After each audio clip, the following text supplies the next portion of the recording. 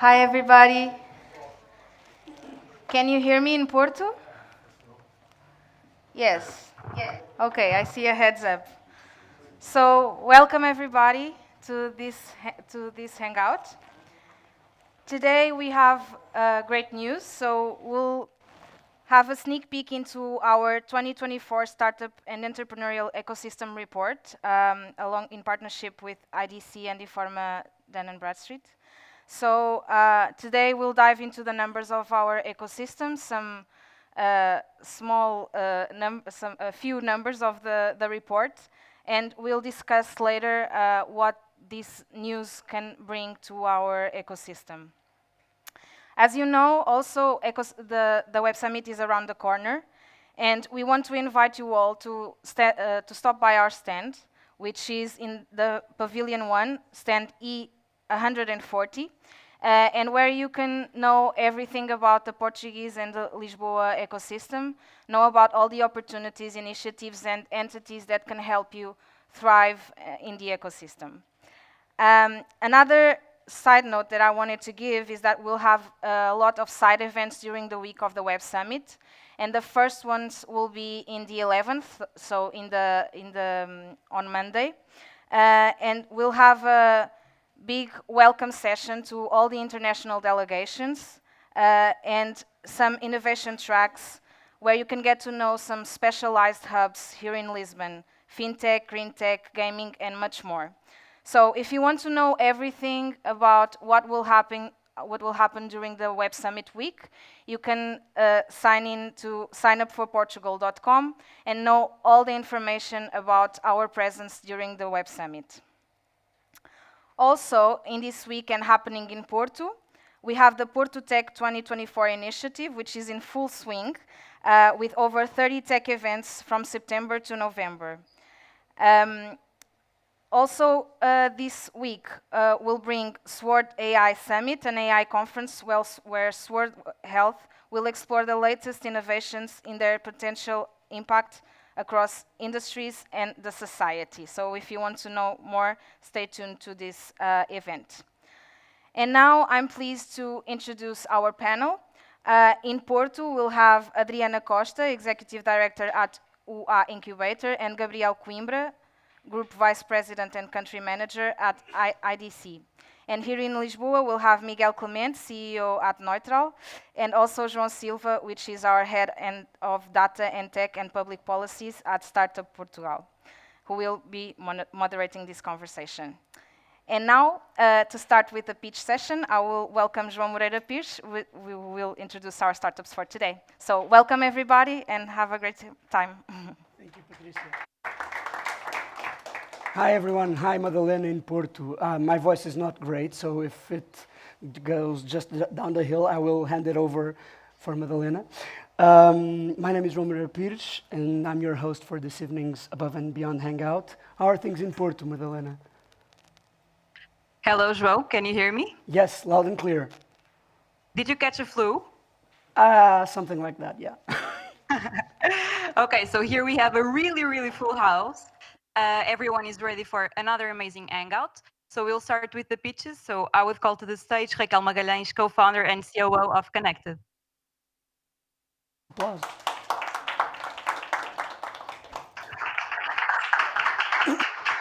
Okay, so thank you, everyone. My name is Raquel Magalhães. I'm one of the co-founders and CEO of Connected. And let me start with a simple question. Do you know the portion of our planet that is considered remote? That's it, 80%. 80% of our entire Earth surface is considered disconnected, remote, providing not even the basic access to connectivity. And the only way to communicate is using satellites in space. On top of that, the rapid proliferation of IoT devices has driven to a growing need for seamless connectivity.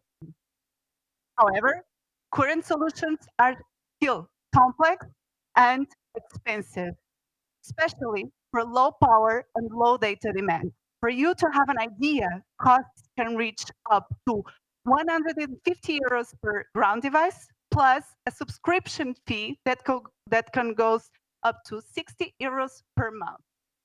Not to forget the unsustainability of space, with single-purpose satellites being launched every year. Okay, here is where Connected steps in. We are developing the world's first IoT connectivity service, fully integrated onboard third-party satellites. Okay, let me explain you how. Our core differentiator is connected IoT gateway that, as I was saying, goes aboard third-party satellites in a ride-share approach, offering a unique value proposition, combining in situ with Earth observation data on the same platform. A future-proof technology that supports both LoRa devices and 5G narrowband IoT standards. Our approach reduces costs by up to 20 times, which is cost-effective, scalable, and sustainable. A unique B2B business models, we target two types of clients. One, Earth observation operators, and second, mobile network operators. And the market is there. It's expected to worth 5 billion euros by 2030. And of course, Connected aims to capture a share, offering multiple solutions from smart agriculture to secure communications with a competitive price of 5 euros per month per device. And this is not just a concept, a PowerPoint presentation we are delivering. Our IoT payload will fly next year together with Open Cosmos, and we also have partnered with NOS, the largest Portuguese mobile network operator. We aim to deploy a pilot network of 16 assets in space by 2027, scaling up to 100 assets by 2030. And none of this, of course, will be possible without an amazing team behind, composed by 17 experts, some of them with more than 50 years of experience. And us as the co-founders, Tiago, myself, and Andre, we have the knowledge and the expertise to build this endeavor. We have raised so far 2 million in a pre-seed round and around 3 million between easy contracts and non-diluted funds.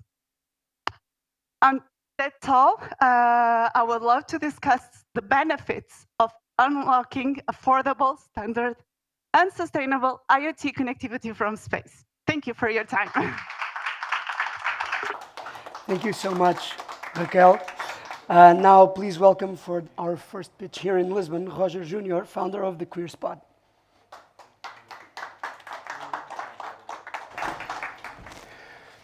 Let's go. So good afternoon, everyone. I'm Roger, and you can see here in this picture, that's me and my husband, and we moved to Portugal 2 years ago. And back then, we had no friends, no family here. I'm sure like many of you might be immigrants here as well, so you know how difficult it is to adapt and to fit into a new country and like try to find your tribe. So here you can see me trying to find my Brazilian tribe eating a pastel. But it is hard to adapt to a new city as an immigrant, but can you guys imagine how harder it is if you are a queer person, for example, a gay person? Sometimes when you are fearing for your own safety. Thankfully, Portugal is a fairly safe country, but that's definitely not the case everywhere. And we see that the LGBTQ market is definitely not receiving the attention that it should. And you might be wondering, how big is the LGBTQ market? And imagine if we put every single LGBTQ person in the world in a single country, that would be the third largest economy in the entire world. And somehow we are still often overlooked. So that's when I decided enough, and I decided to create the Queer Spot, the first LGBTQ tech in Portugal. And it's an app that allows you to find events and venues for the LGBTQ community. It's the app that I wish someone had made 2 years ago when I just came here and didn't know where to go. And the problem we're solving is that we have a lack of safe spaces to go. We have a lack of an easy way to find those places. And especially we see a tendency of an inability of the brands and companies to talk with the audience. And the way we solve that is by creating a unique and user-friendly platform that has special filters for the community, which are the tribes, and not even the competitors in the sector are doing anything like that. And also, we have a very special AI-powered curator that basically finds all the events that are happening in the queer community in social media and websites and puts everything to the platform. So you don't have to be looking everywhere to find that. It's a completely automated process that also makes us very scalable to expand to other countries as well. We are already creating a great community here in Portugal. We have more than 1,500 registered users, and you can see other metrics here as well. And our current revenue model is through our ticket platform. So currently you can buy tickets in the platform and we receive a small commission over every ticket sale. But the thing is that we are creating here a community and we are really targeting the LGBTQ market. So the possibility of monetization in this market, in the audience, is really uncountable. And we have many other plans to come for the next years. For the countries that we want to expand, the 5 main markets, which are Brazil, US, Portugal, Spain, UK, and Germany. We have more than 4,000 venues mapped and 30,000 events that are happening per year, which is a revenue of 4.5 million euros per year just for the ticket commissions alone, not counting to the other monetization strategies that we have. So that's the queer spot. I hope that we can transform the LGBTQ market together. Thank you.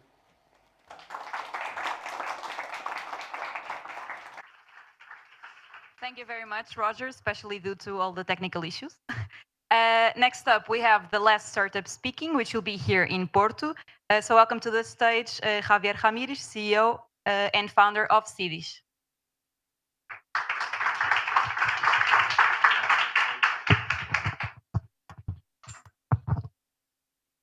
So hello everyone. Today I'm here to talk about Cidish data platform.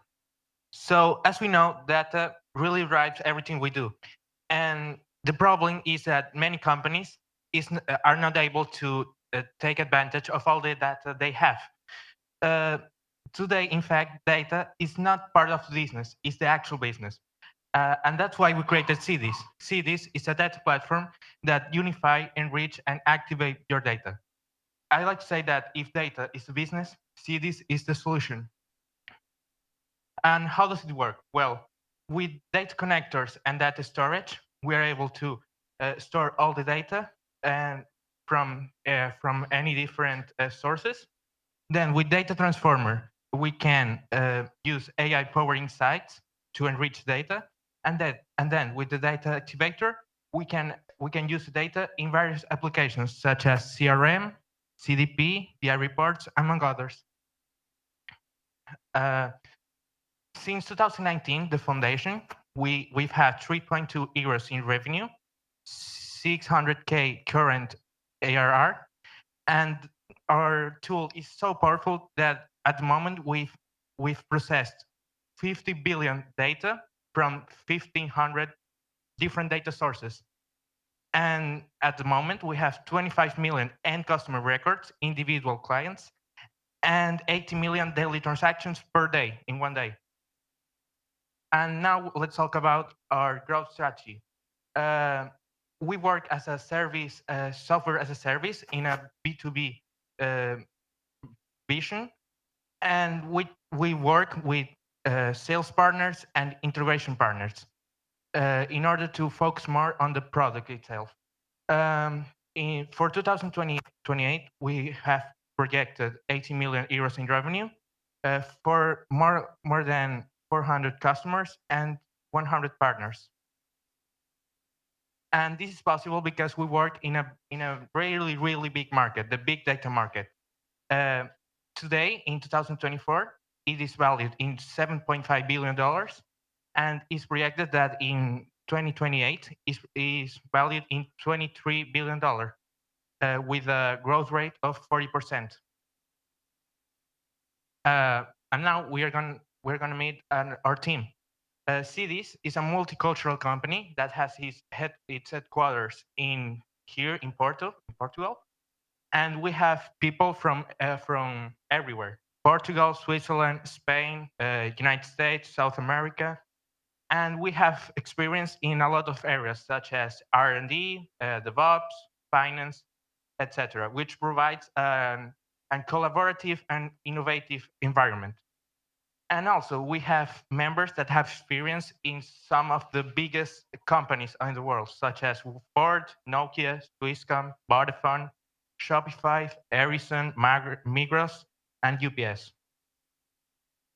Now we are seeking for 2.4 million in euros in investment for 20% equity to improve our key areas and to keep escalating and improving.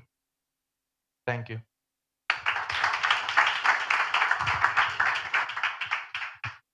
Thank you very much, Javier. So just a special note, these 3 startups are a part of the Road to Web Summit, which selects the 125 the most promising young startups from Portugal that will be representing our country at Web Summit. And next up, we will have a special treat for you. So please welcome Gabriel Coimbra, Group Vice President and Country Manager at IDC.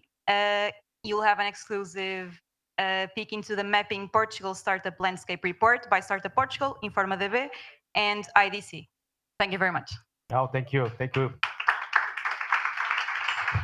I need it. Okay. Yeah, this one. Okay. No, thank you. Thank you very much. It's with a great pleasure being here to share our research with you. And we'll be just sharing with you a sneak peek of the report we are going to present in Web Summit in a few days. And this report, we have been doing it for 4 years, and congratulations to Startup Portugal to build this research along these 4 years, because we were able to understand really the startup ecosystem in Portugal, and not only to understand our ecosystems, but compare with other ecosystems and to understand what we need to do to improve the ecosystems, to have a better place for the startups to start their business and to scale up. So today, before the panel, before the discussion we'll have with Startup Portugal, I will just give you some highlights, not too much, because we need to have something new to present in the Web Summit. So what I bring here is something new that we started last year, because as you know, we have a new legislation that defines what is a startup. So basically, you have to have this. You have to have this size, so less than 250 works, less than 50 million euros, less than 10 years, and you also need to have one of these other conditions. So, or it's a company with all these conditions in your left side, but need to be recognized by ANI, Agência Nacional de Inovação, who can certify you that you are investing in R&D, or you have already raised some capital, or you received some investment from Banco de Fomento in Portugal, or you have some specific activity related to R&D, so your company is registered as a specific area or a specific sector that is related to R&D, and or you have some IP, some patents registered in Portugal. So that's the conditions, and with these conditions, you have a lot of benefits to build your startup in Portugal. And with these definitions, we went and looked to the market and tried to count how many startups we have in Portugal, and how is our ecosystem today, how it's growing, and how it's compared with other hubs, especially emerging hubs around the world. And what we got was this. So we have almost 5,000 companies, so 4,700 companies that are startups, or can be defined as startups based on the criteria I showed before. So they generate around 2.6 thousand million euros, and have around 26,000 employees. They represent around 0.7% of the total employees in Portugal. But the really interesting numbers is here. So we see that they represent more than the double of the exports of traditional companies. So we see that really startups are really creating value, creating exports in Portugal, and also the average monthly wage is higher than the average. So I think it's interesting picture for our market in Portugal, and here what we have, and that's what I can show because I wanted to show more details about how we are comparing with other hubs, how our ecosystem is composed in terms of gender, in terms of key sectors, in terms how the companies are distributed by the key cities in Portugal. And all this information will be presented in Web Summit. And all this information will be available online for you to have access and to understand how is the ecosystem. And basically this is the information that is used by Startup Portugal and other institutions to understand the ecosystem and to build some policies and new programs to support the ecosystems and to make sure that we can grow and we can really have conditions to be competitive comparing to other hubs. But this is really interesting if we look the evolution of the number of startups, and we here have two two numbers that are important to understand the exits. So the number of companies that went bankruptcy, some of them goes, but also the number of companies that have more than 10 years or reach more than 50 million in revenues. So they exit the startup market. And then we have the new entries, so new companies. And what we can see is that we are growing, and we are growing. And that's the message I want to give to all of you, and hope to have you in Web Summit, or if not, at least you can download the report online after we present. So with this, thank you very much. Thank you, Startup Portugal, for investing in this research, and now giving back the word to you. Thank you. Thank you so much. Thank you so much, Gabriel. That was super insightful. Now for our discussion of the day, please welcome to the stage here in Lisbon, Miguel Clemente, CEO of Neutral, and our very own and unique head of data and public policies, the very own João Silva. Madalena, who's up there? Oi? Okay, so here, let's welcome to the stage Adriana Costa, Executive Director at UI Incubator, and again, our Gabriel Coimbra. Thank you very much. Thank you.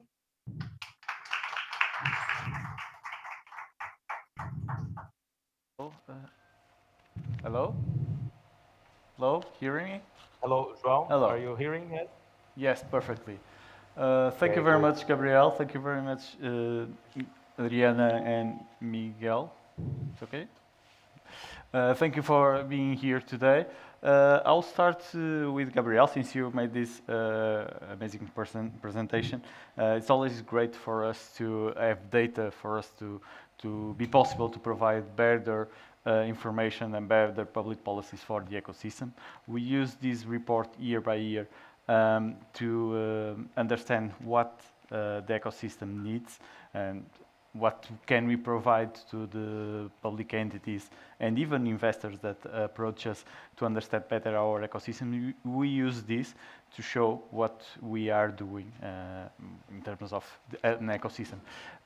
This is our fourth edition, Gabriel, I believe. Yes, yeah, so. We I are. was counting before. We are not having feedback.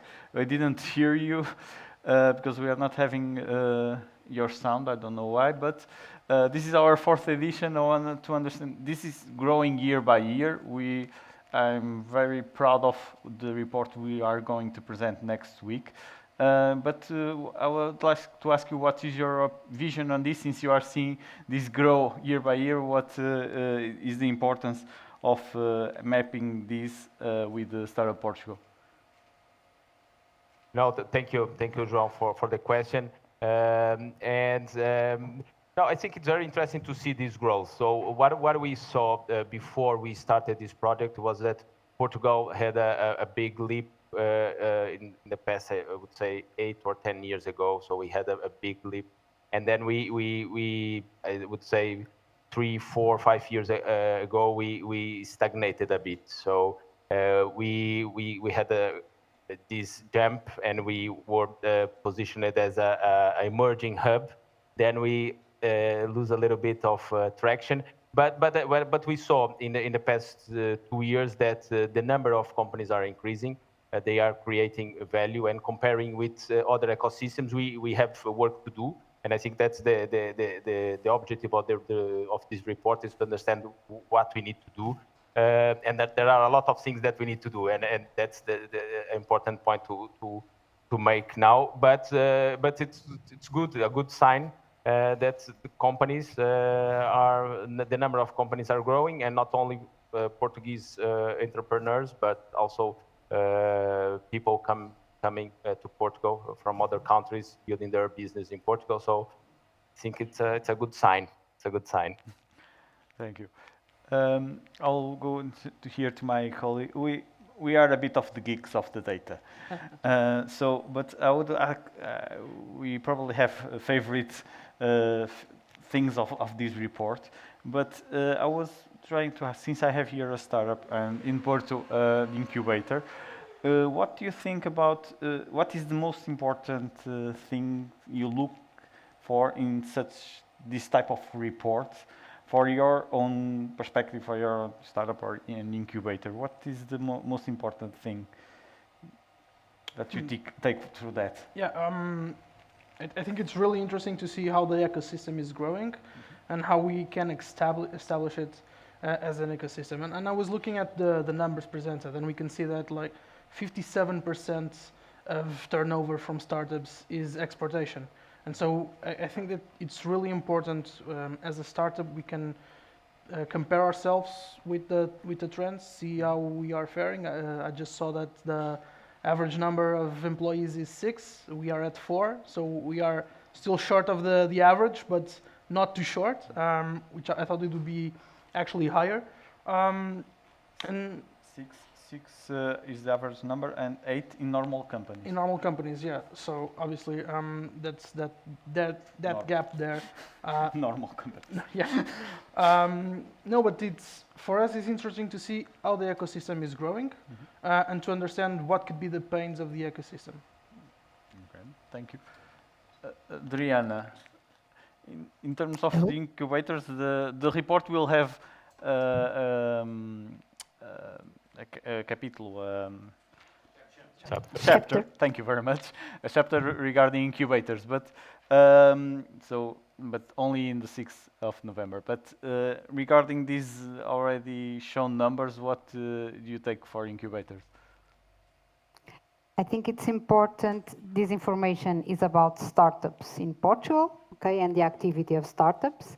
The incubators don't have only startups in their incubators, okay? So the data for the incubators is very important to be able to manage and to compare with other incubators and to compare with the global ecosystem in Portugal, and not only in Portugal.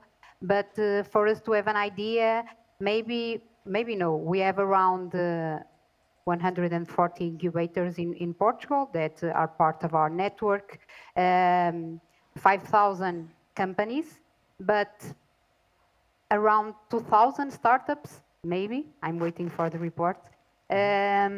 So we can see that the data that we have from startups in Portugal is one. The data that we have in the incubators is another, okay?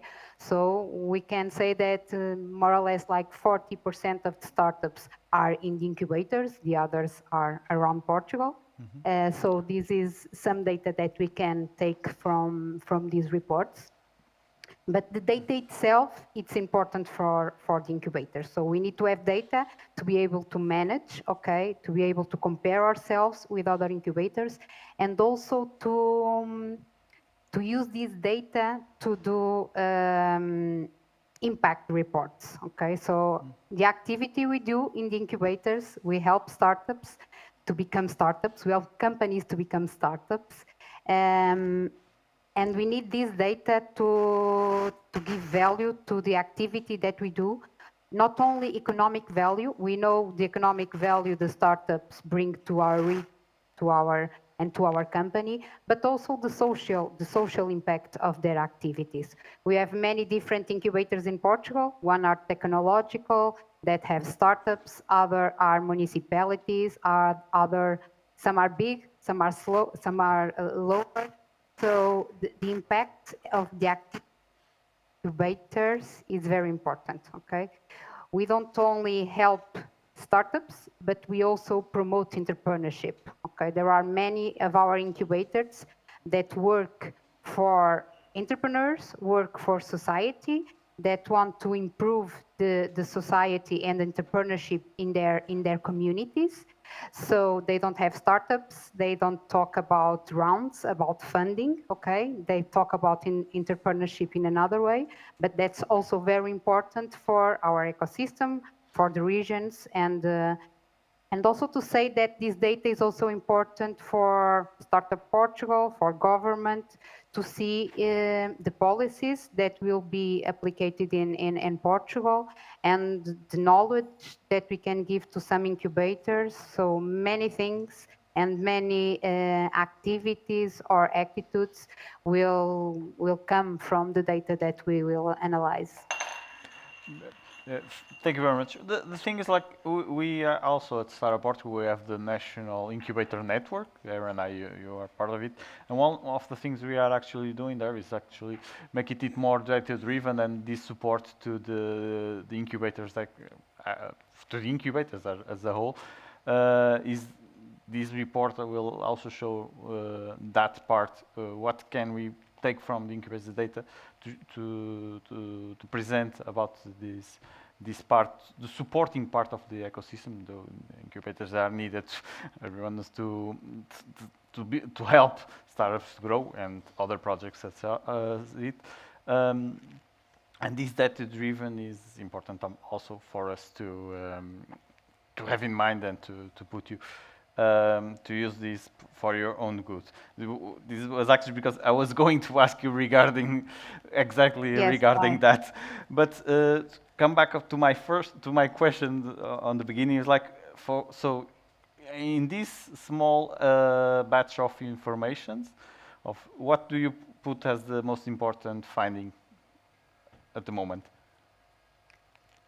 The number of startups, okay? The number of startups. So the increase of startups, the number of startups, because it's something that we, like incubators, we are telling our startups to get the recognition, okay? We are starting that process, okay? So the numbers are increasing, but we want to have the final numbers of the startups that we have in Portugal.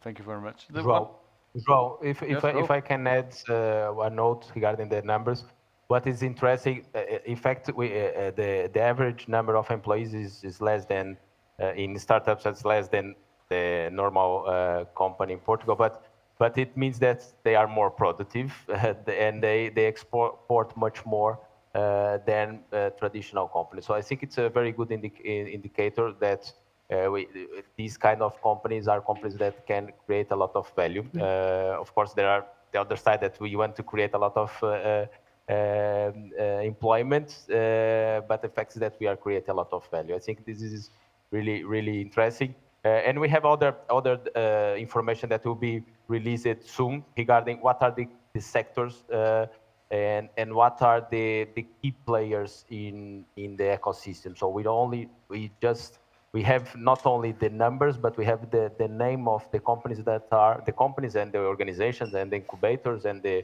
universities and the VCs and others. So we have the name of them in this report. So it will be helpful for every startup to look for. Yes. That actually is my answer to my own question is the number of tech exportation. It's very it shows that this area is looking to export from the beginning. Usually the companies we create in Portugal are looking for our country in the small area. These companies look mostly to abroad. So I'd like to, I have here a startup. So do you have this mindset of from the start to look abroad, or is something that it grows by the year or by the work? I think it's in our DNA as entrepreneurs in the tech world, and everywhere I've been through the entrepreneurial programs I've done, there's always this global ambition. So yeah, obviously we are starting in Portugal, but we all know it's a small market. Yes, just one thing, Yeah. just one point, because maybe some of people doesn't know exactly what you do at your startup, though. Yeah. So a small pitch. Small pitch. So I'm the co-founder and CEO of Neutral, and we are doing water and energy monitoring in hospitality sector to evaluate impact of hotels, be transparent in that communication to their guests, and gamify guest experience on sustainability. So we are helping hotels be more sustainable and also have guests becoming more sustainable. So yes, for us it's quite a little bit different.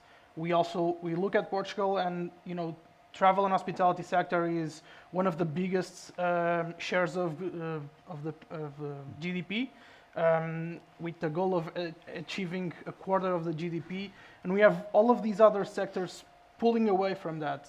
And I've been looking at the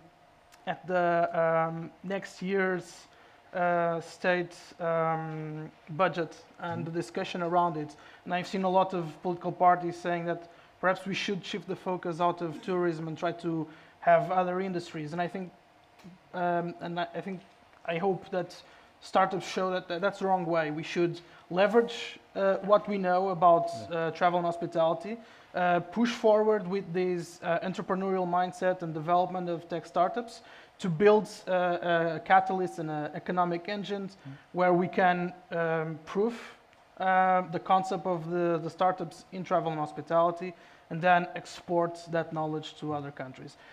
This will in time mitigate the risk of being dependent to travel and hospitality. It will fortify other markets, obviously, but it will be at the expenses of our startups developed in Portugal and born in Portugal.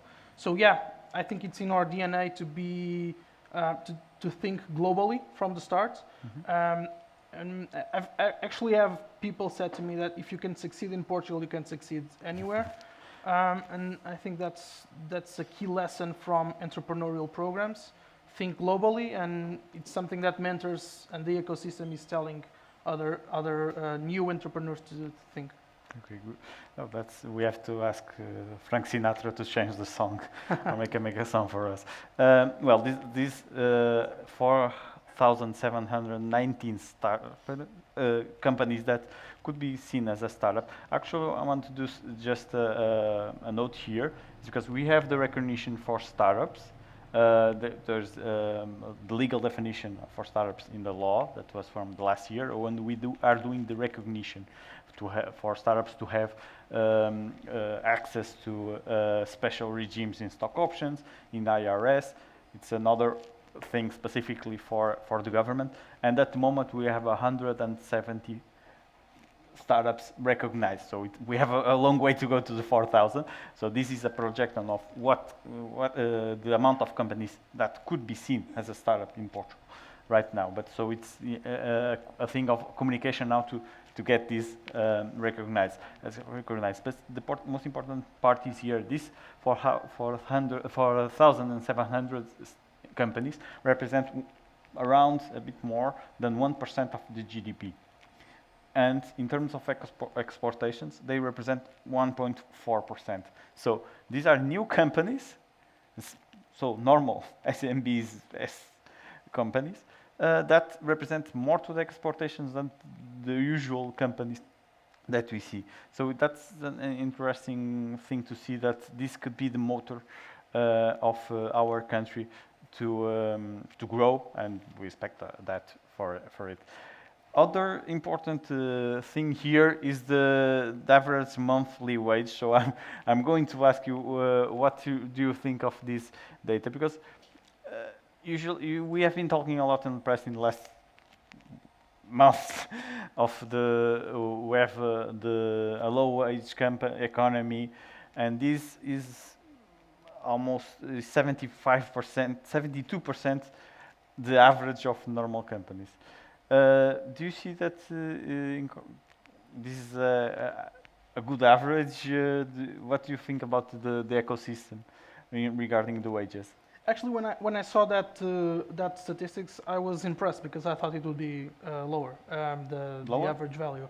I'm not sure what how we can see this, but obviously, if we are building tech companies that are pushing on emerging technologies, pushing the boundaries of science, yeah, we have to have the best talent possible. And to retain that talent in Portugal or to bring that talent from abroad, we have to pay them very well and above the rest of the market. And there's a lot of competition in hiring tech young talent.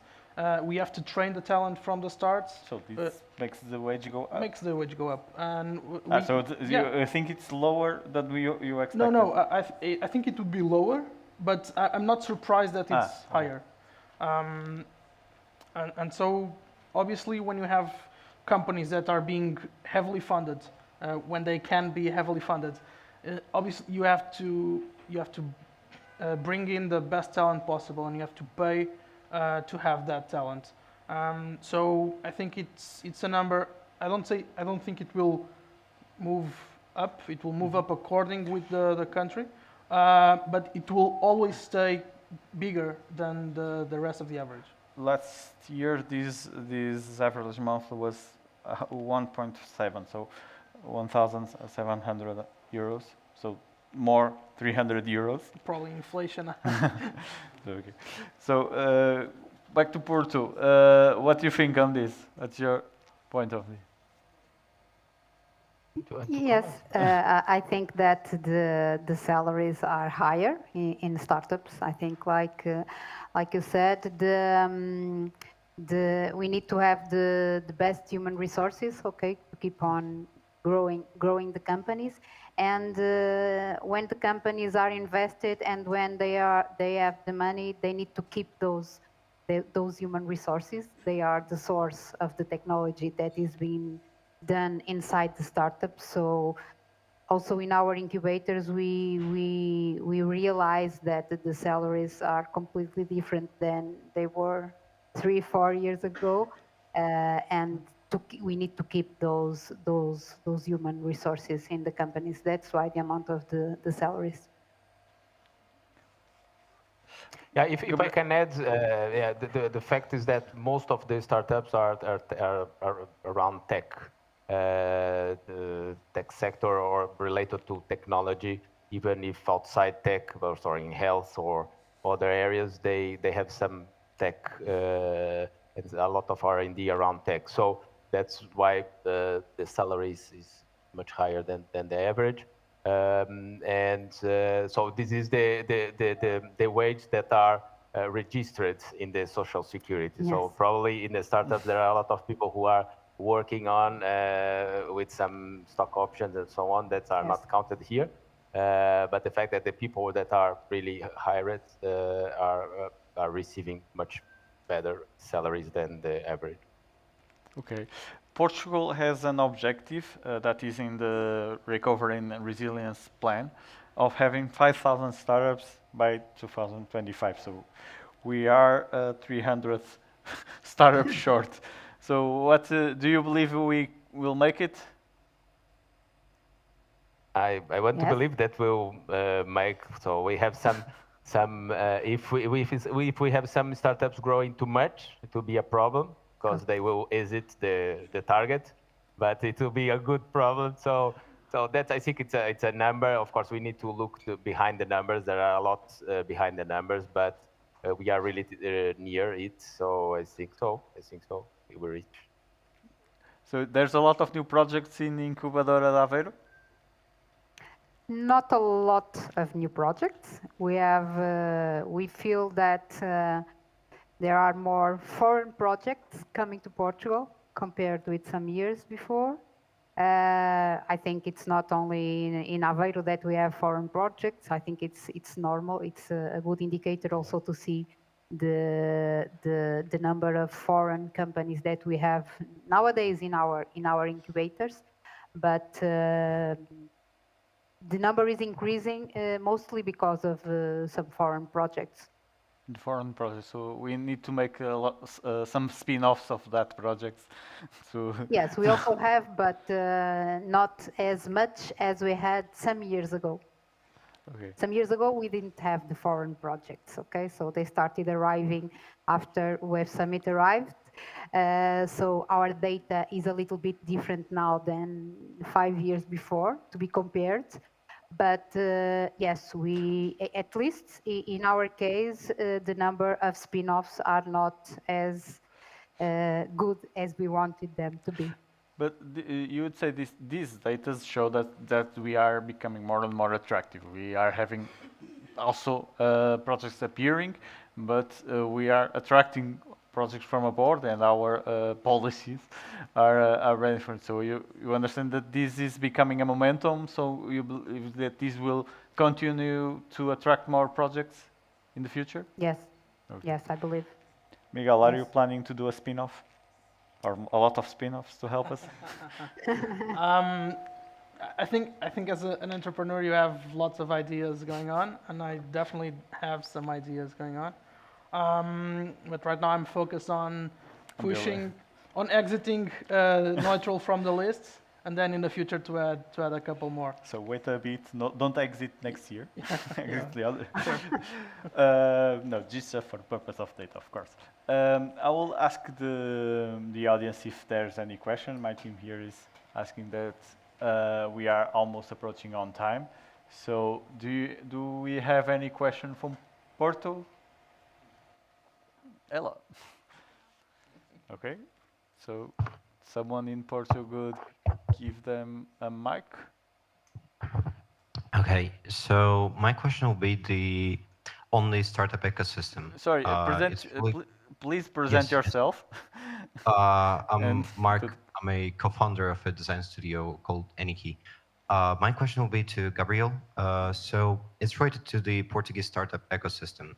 So we do know the number of startups, but what we don't know, and I think it grows largely, it's also related a bit to what I do, but I think not only it is also related to the management sector, accounting sector, and so on, is the amounts of perhaps businesses, if it's even calculatable, to know which operate in collaboration with startups, not as startups, but as businesses which serve startups in one way or another, as whether it be design, whether it be some other kind of services. It can be accounting. I think accounting is the most popular. In Estonia, there is Solo, which is very popular there, and it's basically, not sure if it's a startup or a unicorn, but it also grow largely there. And perhaps in here we might have something similar, that there is some sort of a hidden, business, maybe hundreds of businesses which serve startups as well. And if there is some way to calculate it.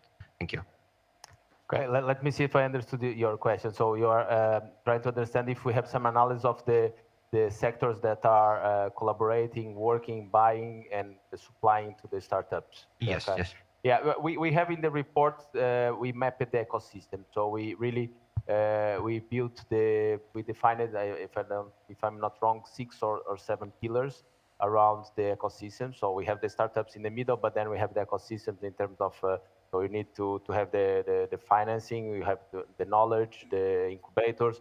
So we are mapping all these players, but in fact, in this report, we don't have the detailed analysis of the other sectors like consulting, accounting, that are working more with startups. So it could be something to add in the future. I think it's a good idea to try to survey the other sectors and try to understand what are the areas where they are more open to work with the startups, in order to let you understand where to reach in terms of client, in terms of partnering, in terms of, so good idea for next year, João. Yeah, we'll keep that in Thank mind. you. Do we have any question here in Lisboa? We have here two, I think, two more. Or three. No in Yeah, Lisboa, three so more. back to Yeah, three or Porto. four. Yeah, back to Porto. Can I go then? Hello, everybody. My name is Maria Oliveira. I am here from UPTech. So I think my question is more here to Porto, first to Gabriel, because you said there are some challenges. And this report, the data is very useful because it points out to what we should do to improve. So I want to ask you, what are those main challenges that we should address, the most urgent ones? And then to Adriana, I want to understand this in the role of a director of an incubator, if you agree with those challenges or if you want to add another one. It's a surprise that we went to show just next week, but I can say that we see that the other emerging hubs are really growing faster. Some of them are growing faster than ours. So and we try to understand why in this report. So there are a lot of areas where we need to improve. I would say that it's not in my personal opinion, is that we need to work on the tax incentives. I think it's an area that we need really to improve. This is my personal opinion. I don't want to to reveal the results of the report. So my personal opinion. And yours? I think that we need to grow more like an ecosystem, okay, to make it the ecosystem more strong, okay. There are many players in the ecosystem. They will be in the report, but sometimes they don't work together as much as they should, okay. I think the companies, the SMEs in Portugal are also important in this ecosystem, okay, for startups to work with companies, for companies to invest in startups, to be partners of them, to have the production, to industrialize, there are many things that can be done in connection with companies. In my opinion, not only VCs or business angels should put the money in the companies. So I think we still have a long way to go to make these relations stronger and to make our ecosystem stronger. Thank you. May I go? Go. Yeah, my question is actually, I'm Liliana, by the way. I'm also incubated at UPTech. My question to you, Gabriel, is actually more of a follow-up into the sectors that you've been surveying. So I was wondering whether, of course, tech is a big player, never going to deny it. But in my case, which is arts and culture, yeah, what do you need? What is it? Lower? Okay, well, my sector is arts and culture, so I'm building a music agency at the moment for women and non-binary artists. Yeah, so I was just looking for your, whether you've been surveying in that area, whether you're exactly disseminating into different streams of action as well. So, yeah. Okay, thank you for the question. I know that, yeah, if the tech sector represents, I don't know, more than 70% of the startups, especially the B2B side, is really the strongest in Portugal. Then you have fintech that are really a big market, a sub-market in startups. I really don't remember now exactly, but we have in the report, and we are going to present, and it will be available online. We have all the sectors, so I would say that we identify around 15 sectors.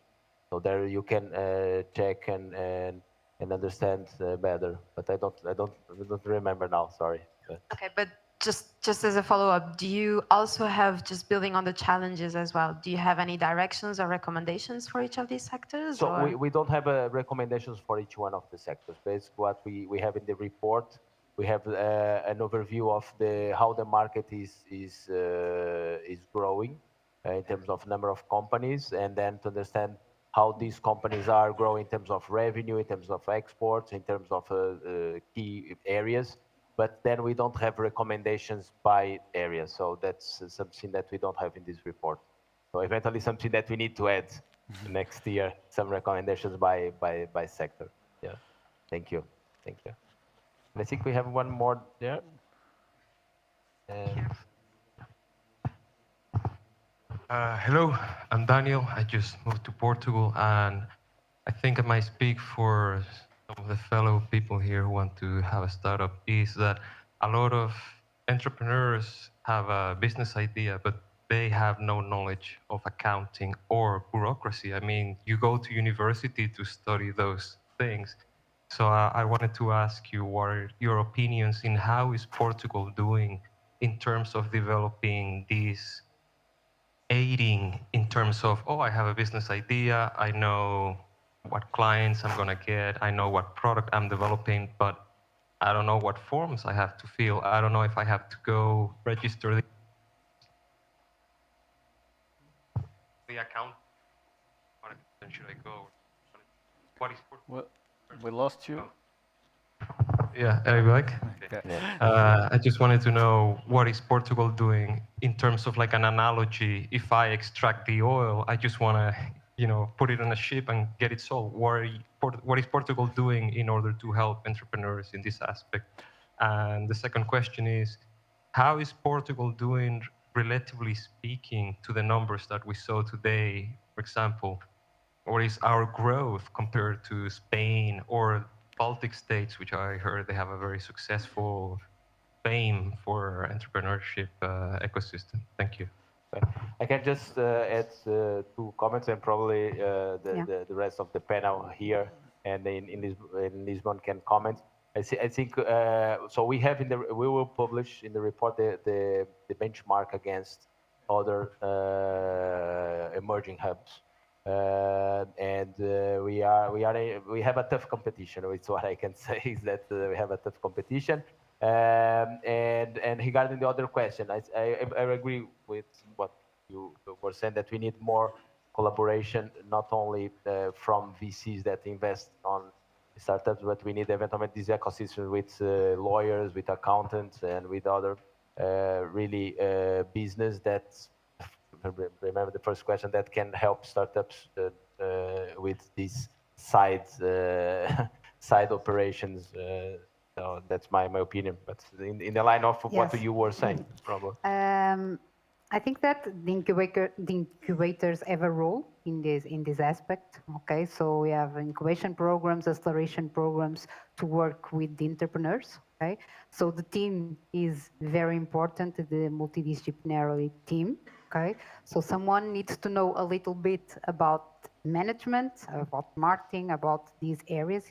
Is something that if you are in an incubator, there will be also programs and knowledge events just for you to have an idea of those areas, okay? But then you will have a team and someone will take care of that procedure. But in the beginning, you need to know a little bit of everything, okay? So the ecosystem, the partners, the other startups, some small knowledge can help you with that. Right, thank you. Well, if you need me to sign a government petition for entrepreneur help, No, we can help you with that at Startup Portugal too, because one of the things we have, one big program that we have is one-stop shop. So it's designed actually to help you. And the other part is actually, that Adriana was mentioned, we have around 160 incubators in Portugal, so a lot of them, a few of them could help in the beginning. But if that's not you didn't have all the information you need, at Startup Portugal, there's a part of our website called One Stop Shop. You can ask a few questions, and then we will try to help you and try to send you to the right person to help if we are not the ones with that information. I think it's a problem more regarding information on how to help the startups, because it's very personalized. Every startup has or every entrepreneur has a different kind of problem, and it's a very specific program. It's not only regarding the incorporation or the legal part. That, of course, should be a lawyer to help you, because it enters in a more specific area. But on the approach to investors, the ways to to open doors for you to thrive with your idea is something that we try to help. Of course, we cannot help everyone, but at least we try. I think that is important to have that in mind. Miguel, do you have some experience from your own perspective? Yeah. As a founder, I've seen that entrepreneurial programs and acceleration programs are better and better by the year. And that's something that you can actually experience. And as the ecosystem is maturing, we are seeing more and more founders exiting and participating in these moments, building startup studios and building and working with acceleration managers and the incubator network to provide these moments of learning from their mistakes, from their errors. And we are also seeing the other businesses, accountants, lawyers turning up to the ecosystem, seeing it as a market in expansion and helping the sector grow. So yeah, we haven't used dedicated accountants because we have a really good accountant for our specific goals, but we are starting to see accountant offices and legal offices not completely dedicated, but with teams completely dedicated to startups and for pushing startups into the market. And I think that we will start to see these more and more, not only in these areas, but in the other sectors of the economy, bringing and helping probably to grow the number of startups. Well, thank you very much. I think we have reached our limit of time. I would like to invite you all to see the report next week. We'll be presenting the report at Web Summit on the last day on the Startup Portugal stand. So I don't have the time yet, but closer to the event that we will be sharing in our social media. So follow us on social media to find the report next week, and I hope to have you in a moment watching. So I think I have to ask Madalena to finish up in Porto. Okay, so thank you very much, and a round of applause for this amazing panel discussion. And back to you, João. We were closing, but just before that, let me introduce you to Francisca Sampaio, our one-stop shop manager. We were just talking about that. So Francisca, tell us in 30 seconds what is one-stop shop. Hi, I'm Francisca. I'm one-stop shop program manager. Can you all hear me? Yeah, in Porto? Yeah, okay. Yes. So I invite you just to drop by our one-stop shop forum in the website, startupportugal.com. I'm happy anytime to meet online or in person to present an overall view of the opportunities in Portugal. So I'm happy to answer to the question that was in the panel. The form itself you can already receive some information. And so just drop a message. I'm available anytime, okay? Thank you, João. Thank you so much, Francisca. And now, just going down. To finish this up, let me just thank our amazing sponsors for making this possible. I will invite you to applause anytime I mention them. So first up, Investors Portugal. Round of applause for them. Now, this place, Ferroviário.